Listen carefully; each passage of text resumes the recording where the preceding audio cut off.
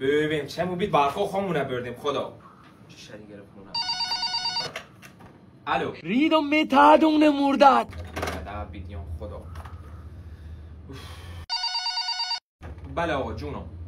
رئیس اداره تو چند مدینه چند آغاز بجانب ما گوش رحمت شاد آباده برقا خونه ما امید برقا با جناق چه بهتر قربون داغ سلامت باشی. باید پیام رضایتی داشتیم. الو سکان هانه دارن میام دنبالم برنم کت اما تو خیلی دایوسی که می 70 درجه برخانه بردیه.